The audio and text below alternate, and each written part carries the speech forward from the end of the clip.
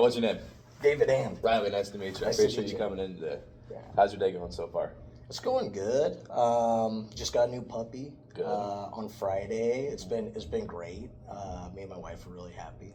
Awesome. Yeah, he's been a fun little ball of fluff. Good. Yeah. Good. Commute here was good today. Wasn't Yeah. too bad.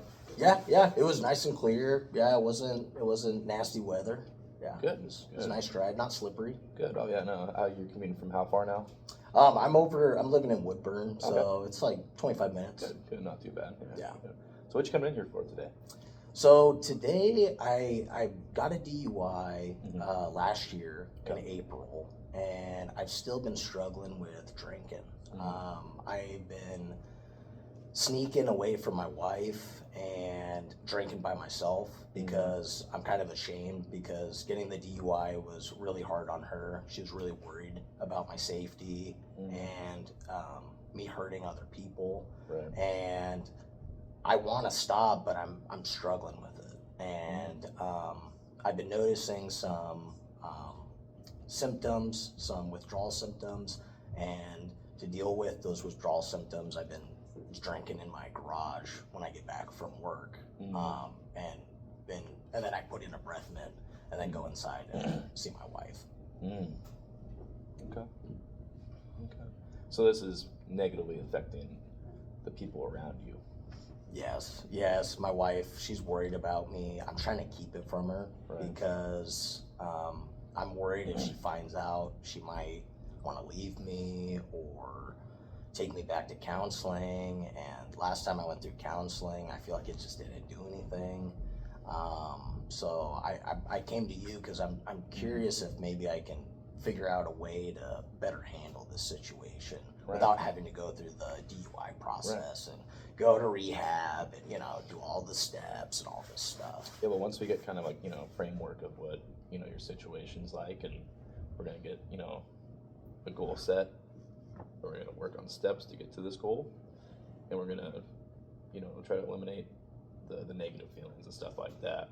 So tell me a little bit more about that counseling when you had it last. How long were you in that counseling sessions for? So I got the DUI, and then the court mandated me to go to 3 months of counseling. Okay. And so I went to it was kind of like a rehabilitation center, and we basically, it was pretty similar to like a group counseling session. It was multiple people, all who had DUIs, and we went through this book, and we talked about, struggles with drinking, how to cope, strategies to deal with drinking, and then we talked about our personal stories. Good. Yeah. Good. And talking about those personal stories, do you feel a connection with that counselor? Not as much the counselor, but I did feel more connection with some of the other people in the group. Okay. Yeah, some of us had very similar upbringings, very similar stories, and we related. And that the counselor I just felt was kind of disconnected, and just, I don't know, I didn't trust him. And that kind of made it feel like a safe space for you, almost, because the people were similar, and they're fighting the same battles that you may be fighting right now. Exactly. Okay. Yes. I felt at home with some of those guys that were in that same group, for sure. Okay. When you're at work and when you come home, are you drinking because maybe the work days are just so hard for you sometimes, and it's just so stressful, and there's a lot of weight on your shoulders?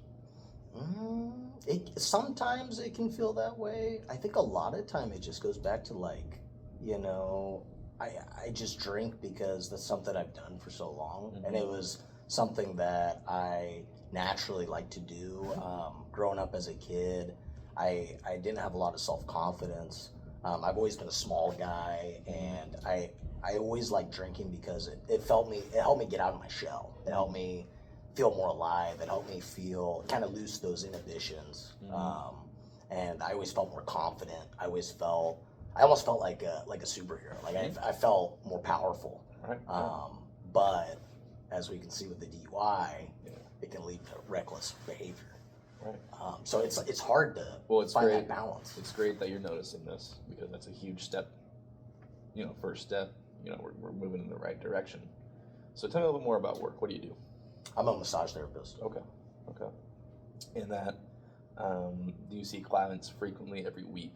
Is it the same client, different clients? I see different clients. It's mostly motor vehicle accidents, or people that have had work comp. So Okay. it's usually we're billing insurance. I work at a chiropractor office. Interesting. And so I work with the chiropractor and I do massage therapy, and I see a lot of different people throughout the week. Yeah. Okay, good, good. So I guess moving forward, I wonder if there's a substitute that we can use for when you feel you have to drink when you get back. Because obviously drinking in your garage probably doesn't feel the best, does it? You feel like you may have to like sneak it. It's kind of stressful at some parts. It might put more stress on you that you already have. Does it feel that way sometimes? It does. Okay. I feel like I can't tell anybody. Mm-hmm. I think everyone around me after the DUI, I've led everyone to believe that everything's fine. Mm-hmm. I'm not drinking anymore. You know, the problem's done. And now that I'm sneaking around and I'm getting back to those old habits, I'm worried if I, let the cat out of the bag, people are gonna start cutting me off. People won't trust me. I'm worried about some of my relationships. So that scares you a little bit. It does. Okay. Yeah, but it's hard because I want to keep drinking. Mm-hmm. It's really hard. I feel like I'm in a pickle. I don't know what to choose right now. Okay. Well, that's good. I mean, I think we can, if you want to get more sessions moving forward, we're going to find a goal. We're going to establish this goal early. We're going to take these steps. We're going to get you to this because we want you feeling back to normal around the house. We want you to feel, safe around the house with your relationships, your wife, your kids. We want everything to be, just fluid. We want things at work to be smooth. Do you ever drink at work? I sometimes drink at work, like on my break, Mm-hmm. like at lunchtime or something like that. Or usually if there's not clients, if I'm not working, like Right. I only work if there's clients there. Right. So if they're not there, sometimes I'll go to my car and sneak some drinks and come back. Pop in a mint, pop in a gum, and then get back to work. And just kind of keep that buzz going throughout the day. Okay. Just it's like my comfort zone. Right. It just makes me feel normal. So when you're drinking, you feel like a sense of like sturdiness, like your feet are on the ground. Like you can go back into any situation and feel a little more confident. I do. Okay. I do. Okay. And has anything else in your life made you feel like that? My wife. Your wife? My wife, she's very supportive. She makes me feel confident. She affirms when I do something good, Mm-hmm. and she helps me when I'm struggling.